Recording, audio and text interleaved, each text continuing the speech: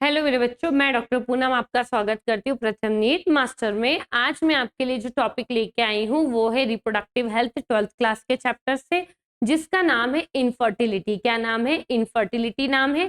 ठीक है। अच्छा, इनफर्टिलिटी की अगर हम बात करें तो यहाँ से आपको जो क्वेश्चंस मिलेंगे मेरे बच्चों वो in vitro fertilization, in vivo fertilization, GIFT क्या होता है, गिफ्ट क्या होता है, इन सब टॉपिक से रिलेटेड क्वेश्चन मिलेंगे। तो हम इन सब टॉपिक की डिटेल में स्टडी किसके अंदर करते हैं? इनफर्टिलिटी के अंदर करते हैं। तो चलिए प्रोसीड करते हैं, इनफर्टिलिटी है क्या। ठीक है, तो इनफर्टिलिटी की अगर बात करें तो बोलते हैं लार्ज नंबर ऑफ कपल। क्या बोलते हैं?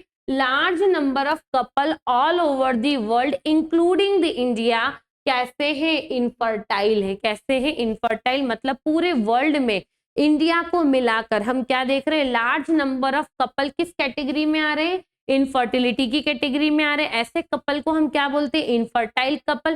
तो वास्तव में इनफर्टिलिटी मतलब है क्या? हमने ये चीज तो देखी कि ज्यादा से ज्यादा कपल्स किस में है? इनफर्टिलिटी में है या इनफर्टाइल कपल कहला रहे हैं। तो हम इनफर्टाइल कपल क्यों कह रहे हैं? तो हम बोलते हैं the couple unable to produce children. क्या बोला? The couple unable to produce children in spite of unprotected sexual cohabitation. मतलब अगर कोई कपल सेक्सुअल इंटरकॉर्स बिना किसी प्रिकॉशन के या प्रोटेक्शन के परफॉर्म कर रहा है तो भी वो चाइल्ड प्रोड्यूस करने में अनेबल है, तो ये केस किसका हो जाएगा मेरे बच्चों? इनफर्टिलिटी का। किसका हो जाएगा? इनफर्टिलिटी का, जिसे हम हिंदी में क्या बोलते हैं? बांझपन। क्या बोलते हैं? बांझपन बोलते हैं। अच्छा, तो क्या रीजन है इनफर्टिलिटी के? तो एनसीईआरटी बोलती है 5 रीजन है इनफर्टिलिटी के। कितने रीजन है? 5 रीजन है, जिसमें पहला जो रीजन है वो क्या है? Physical disease. क्या है? फिजिकल डिजीज है। दूसरा जो रीजन है वो कंजेनाइटल डिजीज है। पहला कौन सा है? Physical disorders. दूसरा आता है कंजेनाइटल, जो क्या हो? Generation to generation by birth मिले या ट्रांसफर हो। ऐसे डिसऑर्डर्स को हम किधर रखते हैं? जेनेटिक डिसऑर्डर या कंजेनाइटल डिसऑर्डर में। फिर आती है ड्रग्स और इम्यूनोलॉजिकल डिसऑर्डर्स, और last one is your psychological conditions या डिसऑर्डर्स, जिनके कारण इनफर्टिलिटी होने की संभावनाएं रहती या चांस रहते हैं। ठीक है, तो अब हम बात करते हैं कि अगर इनफर्टिलिटी है तो आप इनफर्टिलिटी को ठीक कैसे करोगे। तो बोलते हैं स्पेशलाइज्ड हेल्थ केयर यूनिट्स हैं। कौन है? स्पेशलाइज्ड हेल्थ केयर यूनिट्स हैं, जिनको हम इनफर्टिलिटी क्लिनिक्स बोलते हैं। क्या बोलते हैं? इनफर्टिलिटी क्लिनिक्स बोलते हैं। ये क्लिनिक्स हेल्प करती है डायग्नोसिस में और corrective treatment of some of this disorders को, और जो डिसऑर्डर्स है उनमें से कुछ का करेक्टिव ट्रीटमेंट करा के कपल्स को अनेबल करती है किसके लिए? टू हैव चिल्ड्रन या टू प्रोड्यूस चाइल्ड। ठीक है, ये किसका काम है? इनफर्टिलिटी क्लिनिक्स का, जिसको ही हम क्या बोल रहे हैं? स्पेशलाइज्ड हेल्थ केयर यूनिट्स बोल रहे हैं। अच्छा, जहां पर ऐसा करेक्टिव ट्रीटमेंट कर पाना संभव नहीं हो, किसके अंदर? किसके अंदर? इनफर्टाइल कपल के अंदर। तो हम क्या करते हैं? ऐसे कपल्स को असिस्ट करते हैं किसके लिए? To have children. किसके द्वारा? Through certain special technique commonly known as assisted reproductive technologies. क्या बोलते हैं?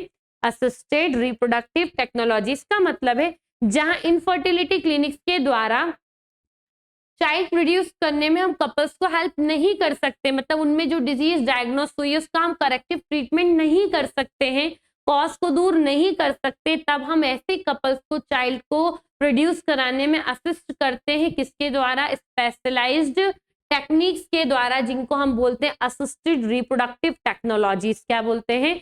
असिस्टेड रिप्रोडक्टिव टेक्नोलॉजीज कहते हैं। ठीक है। अच्छा, ये असिस्टेड रिप्रोडक्टिव टेक्नोलॉजीज 2 तरीके से वर्क करती है। एक तो बॉडी के बाहर फर्टिलाइजेशन करा के चाइल्ड प्रोड्यूस कराने में हेल्प करेगी, और दूसरा या तो बॉडी के अंदर ही फर्टिलाइजेशन कराकर चाइल्ड प्रोड्यूस करने में हेल्प करेगी। तो जब हम क्या करें? बॉडी के बाहर फर्टिलाइजेशन कराएंगे तो वो किसके अंदर आएगा? तब वो किसके इसके अंदर डील करा जाएगा? इन विट्रो फर्टिलाइजेशन के अंदर। किसके अंदर मेरे बच्चों? इन विट्रो फर्टिलाइजेशन के अंदर। तो देखिए, इन विट्रो फर्टिलाइजेशन का ही शॉर्ट वर्जन होता है IVFET। क्या होता है? IVFET होता है। तो IVFET का ही अनदर पॉपुलर नेम होता है क्या? Test tube baby program. क्या होता है? टेस्ट ट्यूब बेबी प्रोग्राम होता है। चलिए तो देखते क्या कहते हैं। Fertilization outside the body almost similar condition as that in the body. मतलब आप भले ही फर्टिलाइजेशन बॉडी के बाहर करा रहे हैं, पर बॉडी के बाहर सेम वैसी ही कंडीशन क्रिएट करनी पड़ेगी फर्टिलाइजेशन के लिए जैसी कि बॉडी के अंदर होती है। किस दौरान? फर्टिलाइजेशन के दौरान। समझ रहे हो आप मेरी बात? ठीक है। अच्छा, अब बोलते हैं followed by embryo transfer. Fertilization कराने के बाद जायगोट, जायगोट से एम्ब्रियो बनेगा, तो बनेगा, भले ही बाहर बनना चालू हो गया, पर आप उस जायगोट या एम्ब्रियो को क्या करेंगे? ट्रांसफर कराएंगे। किसमें करेंगे? बॉडी के अंदर। ये किस केस में आएगा? इन विट्रो फर्टिलाइजेशन केस में। ठीक है। अच्छा, पर जब हम डील किसके अकॉर्डिंग कर रहे हैं? इन विवो फर्टिलाइजेशन, तो बोलते हैं fertilization within the female body. कहाँ होगा fertilization? Within the female body. और लिखा है embryo formed by the in vivo fertilization could be used for such transfer to assisted those female who cannot be conceived। मतलब आपने fertilisation body के अंदर कराया, एम्ब्रायो बनने लगा, उस एम्ब्रायो को निकालकर ऐसी फीमेल में ट्रांसफर करो जो कंसीव नहीं कर सकती है। तो हम ऐसे एम्ब्रियो को भी ट्रांसपोर्ट करने या ट्रांसफर करने के लिए यूज कर सकते हैं, जो कहाँ बन रहे हैं? इन विवो फर्टिलाइजेशन से बन रहे हैं। समझ में आ रही है बात? ठीक है। तो आई होप सो ये दोनों चीजें आपको क्लियर हो चुकी होगी, दोनों में क्या बिग डिफरेंसेस है और कैसे हम इसको डिफाइन करते हैं। आगे मूव करते हैं तो हम डिटेल में बात कर लेते हैं इन विट्रो फर्टिलाइजेशन की। तो इन विट्रो फर्टिलाइजेशन मतलब बॉडी के बाहर फर्टिलाइजेशन। तो ऐसे खुले में हर कहीं नहीं कर सकते कि घर में फर्टिलाइजेशन करने के लिए बाहर हमने किचन का यूज किया और वहां फर्टिलाइजेशन कराने लगे ओवम और स्पर्म का। तो हम क्या बोल रहे हैं? इन विट्रो फर्टिलाइजेशन होता है लैब में। कहाँ होता है? लैब में। तो क्या करते हैं? वाइफ या डोनर फीमेल से, क्या बोला हमने? वाइफ या डोनर फीमेल से हम लेंगे किसको? ओवम या एग को। और हस्बैंड या डोनर मेल से हम लेंगे किसको? स्पर्म को। मतलब कलेक्ट कर रहे हैं, और कलेक्ट करने के बाद दोनों को इंड्यूस कराएंगे फर्टिलाइजेशन के लिए। फर्टिलाइजेशन कहाँ करा रहे हैं? लैब में। और फिर क्या होगा? फर्टिलाइजेशन से जायगोट का फॉर्मेशन। क्या होगा? जायगोट का फॉर्मेशन। तो ये सब जो काम हमने किया है फर्टिलाइजेशन से जायगोट बनने तक का, वो कैसा होगा? अंडर साइमुलेट कंडीशन, सेम जो कैसी होनी चाहिए? जैसी सेम इनसाइड दी बॉडी के अंदर होती है। ठीक है। अब हम बोलते हैं जो type of in vitro fertilization है वो कितने टाइप का है? 3 टाइप का है। तो जिसमें हम बात कर लेते हैं किसकी? जिफ्ट की, आईयूटी की और आईसीएसआई की। किस किस की बात कर रहे हैं? जिफ्ट की, आईयूटी की और आईसीएसआई की बात कर रहे हैं। चलिए तो देखते हैं ये क्या क्या है। तो पहले हम जिफ्ट को देखते हैं, जिसको हम बोलते हैं zygote intrafallopian transfer. Full form क्या है मेरे बच्चों? Zygote intrafallopian transfer. ठीक है। चलो तो समझते क्या कहती है ये टेक्निक। तो हम फीमेल से ओवम को कलेक्ट करेंगे, मेल से स्पर्म को कलेक्ट करेंगे, और पैट्री डिश में स्पर्म और ओवम का क्या करवाएंगे? सिंगेमी मतलब फर्टिलाइजेशन। और इंड्यूस होगा क्या? जायगोट बनना है, मतलब फर्टिलाइजेशन के बाद जायगोट बनेगा। जायगोट से और आगे डेवलपमेंट होगा तो अप टू 8 सेल ब्लास्टोमियर का जायगोट एम्ब्रायो बन जाएगा। क्या बन जाएगा? अप टू 8 सेल ब्लास्टोमियर का एम्ब्रायो बन जाएगा। तो या तो आप जायगोट को या तो up to 8 cell blastomere embryo को क्या करें? ट्रांसफर करेंगे किसमें? फिलोपियन ट्यूब में। कर रहे हैं किसके अंदर? जिफ्ट के अंदर कर रहे हैं। आप फिलोपियन ट्यूब या तो सेम मदर की हो सकती है या तो सैरोगेट मदर की हो सकती है। किसकी हो सकती है? सेम मदर की हो सकती है या तो सैरोगेट मदर की हो सकती है। तो आपने फिलोपियन ट्यूब के अंदर या तो जायगोट को ट्रांसफर किया है या तो up to 8 cell blastomere embryo को ट्रांसफर किया। किस टेक्निक के अंदर? जिफ्ट के अंदर। ठीक है। Zygote intrafallopian transfer. ठीक है। नेक्स्ट जो टेक्निक है उसका नाम क्या है? उसको हम बोलते हैं आईयूटी। क्या बोलते हैं? आईयूटी, जिसका फुल फॉर्म होता है इंट्रा यूटराइन ट्रांसफर। क्या होता है? Intra uterine transfer. चलिए देख लेते हैं इंट्रा यूटराइन ट्रांसफर क्या है। फीमेल से ओवम को कलेक्ट करेंगे, मेल से स्पर्म को करेंगे, दोनों का फर्टिलाइजेशन करा के क्या बनाएंगे? जायगोट। जायगोट में फर्दर डेवलपमेंट होगा तो बना है embryo more than 8 cell blastomere. क्या बना है?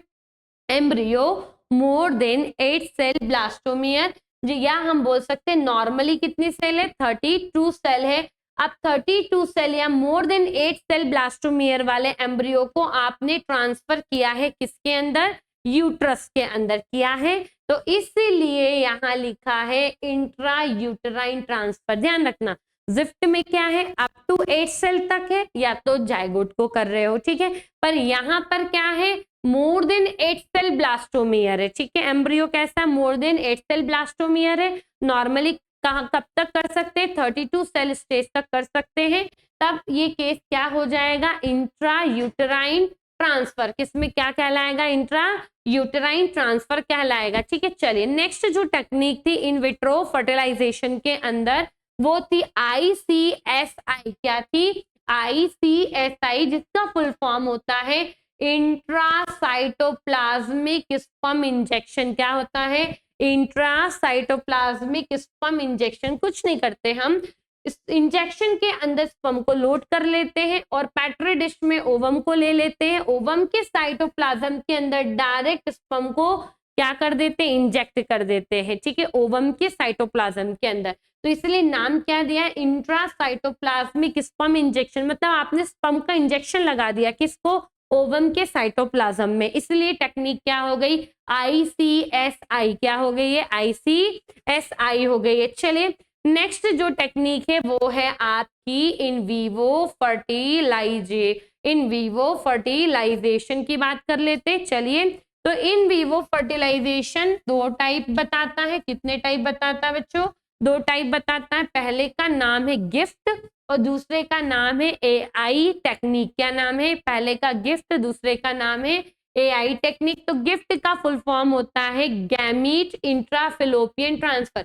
अभी तक आप कर रहे थे जायगोट को फिलोपियन ट्यूब में ट्रांसफर, अब हम यहाँ करेंगे गैमीट को फिलोपियन ट्यूब में ट्रांसफर। चलिए देखते हैं क्या बोलता है गिफ्ट। गिफ्ट कहता है transfer of ovum collected from the donor. Donor female से आपने क्या करा है, ओवम को कलेक्ट किया है और कलेक्ट करने के बाद उसको ट्रांसफर कर रहे हैं। Transfer of ovum collected from the donor, और ट्रांसफर किस में कर रहे हैं, transfer into fallopian tube of another female who can not produce ovum. आप ऐसी फीमेल के फिलोपियन ट्यूब में ओवम को ट्रांसफर कर रहे हो जो ओवम को प्रोड्यूस नहीं कर सकती है, but can provide suitable environment for fertilization and further development. पर वो सुटेबल इन्वायरमेंट दे सकती है या प्रोवाइड कर रही है, किस चीज के लिए, फर्टिलाइजेशन के लिए और फर्दर एम्ब्रायो डेवलपमेंट के लिए, ठीक है बच्चों। तो देखिए यहाँ पर मैंने ये डायग्राम बनाया हुआ है, ये हमने क्या करा है, डोनर फीमेल से ओवम को कलेक्ट किया है, उस ओवम को कलेक्ट करने के बाद ट्रांसफर कर रहे हैं ऐसी फीमेल के अंदर जिसकी ओवरी क्या नहीं कर रही, not able to produce ovum, मतलब ओवम को प्रोड्यूस करने में एबल नहीं है। अब इसी की फिलोपियन ट्यूब में फर्टिलाइजेशन होगा एम्पुला साइट में, और यूटेराइन कैविटी में फर्दर एम्ब्रायो डेवलपमेंट होगा। तो क्या ये फीमेल क्या कर रही है, क्लाइमेट दे रही है, इन्वायरमेंट दे रही है, सुटेबल इन्वायरमेंट किसके लिए, किसके लिए, फर्टिलाइजेशन के लिए भी और एम्ब्रायो डेवलपमेंट के लिए भी। तो क्या आपने यहाँ से फीमेल गैमिट को डायरेक्ट फिलोपियन ट्यूब में ट्रांसफर किया है, यस, इसलिए नाम दिया है गिफ्ट। आपने गिफ्ट किया है ओवम को, ठीक है, या गैमीट को, इसलिए नाम दिया गैमीट इंट्राफिलोपियन ट्रांसफर। चले नेक्स्ट जो टेक्निक है मेरे बच्चों उसका नाम है क्या, आर्टिफिशियल इंसेमिनेशन टेक्निक। क्या है, artificial insemination technique. Artificial insemination technique क्या कहती है, मेल पार्टनर क्या है, have a inability to inseminate female, मतलब मेल पार्टनर एबल नहीं है कि वो अपनी फीमेल पार्टनर को इंसेमिनेट कर सके। अच्छा, तो रीजन क्या दे रहा है, due to low sperm count in ejaculate, मतलब लो स्पर्म काउंट है। इजैकुलेशन से जब हमने सीमिंग को देखा तो उसमें स्पर्म काउंट लो है, और कुड बी करेक्टेड बाय। अब ऐसी सिचुएशन में आप इनफर्टिलिटी के केस को करेक्ट करने के लिए क्या करेंगे, could be corrected bye artificial technique, जिसमें हम क्या करेंगे, हस्बैंड से या हेल्दी डोनर से कलेक्शन ऑफ सीमेन करेंगे और आर्टिफिशियली इंट्रोड्यूस करेंगे, या तो वेजाइना में, कहाँ इंट्रोड्यूस करेंगे, या तो डायरेक्टली आर्टिफिशियली इंसेमिनेट करेंगे किसमें, वेजाइना में, या तो आर्टिफिशियली इंसेमिनेट करेंगे या इंट्रोड्यूस करेंगे किसके अंदर, यूट्रस में। तो जब आप यूट्रस में डायरेक्ट सीमेन को आर्टिफिशियली इंट्रोड्यूस कराते हैं तब हम नाम दे देते हैं टेक्निक का इंट्रा यूटराइन इंसेमिनेशन। क्या नाम दे देते हैं, इंट्रा यूटराइन इंसेमिनेशन। बच्चों अब यहाँ कंफ्यूजन होता है, देखिए यहाँ पर है IUI, क्या है यहाँ पर IUI, इंट्रा यूटराइन इंसेमिनेशन। क्यों, कब बोलेंगे, जब हम सीमेन को आर्टिफिशियली डायरेक्ट यूट्रस में इंजेक्ट या इंट्रोड्यूस कर रहे हैं। और वहां पर है IUT, इंट्रा यूटराइन ट्रांसफर। क्या है, इंट्रा यूटराइन ट्रांसफर किसके अंदर है, इन विट्रो फर्टिलाइजेशन के अंदर। और इन वीवो फर्टिलाइजेशन में है IUI, इंट्रा यूटराइन इंसेमिनेशन। ठीक है, तो ये दोनों एक बिग डिफरेंस आपको पता होना चाहिए। ठीक है, अब आपको ये दोनों बातें कि इन विट्रो फर्टिलाइजेशन और इन वीवो फर्टिलाइजेशन में क्या क्या होता है। तो इन विट्रो फर्टिलाइजेशन में आपके पास आता है जायगोट इंट्राफेलोपियन ट्रांसफर और इंट्रा यूटराइन ट्रांसफर और इंट्रासाइटोप्लाज्मिक स्पर्म इंजेक्शन। और इन वीवो में आता है गिफ्ट जिसमें हम बोलते हैं गैमीट इंट्राफेलोपियन ट्रांसफर और आर्टिफिशियल इंसेमिनेशन टेक्निक जिसमें हम सीमेन को आर्टिफिशियली या तो वेजाइना में इंट्रोड्यूस कराते हैं या तो डायरेक्ट यूट्रस में। जब डायरेक्ट यूट्रस में इंट्रोड्यूस करते हैं तो इंट्रा यूटराइन इंसेमिनेशन कहते हैं। ठीक है, आई होप सो यहाँ से सारा डाटा आपको क्लियर हो चुका होगा। और इस सेक्शन से आपको एक क्वेश्चन जरूर जरूर जरूर नीट एग्जाम में देखने को मिलेगा। ठीक है मेरे बच्चों, थैंक यू सो मच। हंसते रहें, मुस्कुराते रहें, प्रथम के साथ हमेशा प्रथम आते रहें। धन्यवाद।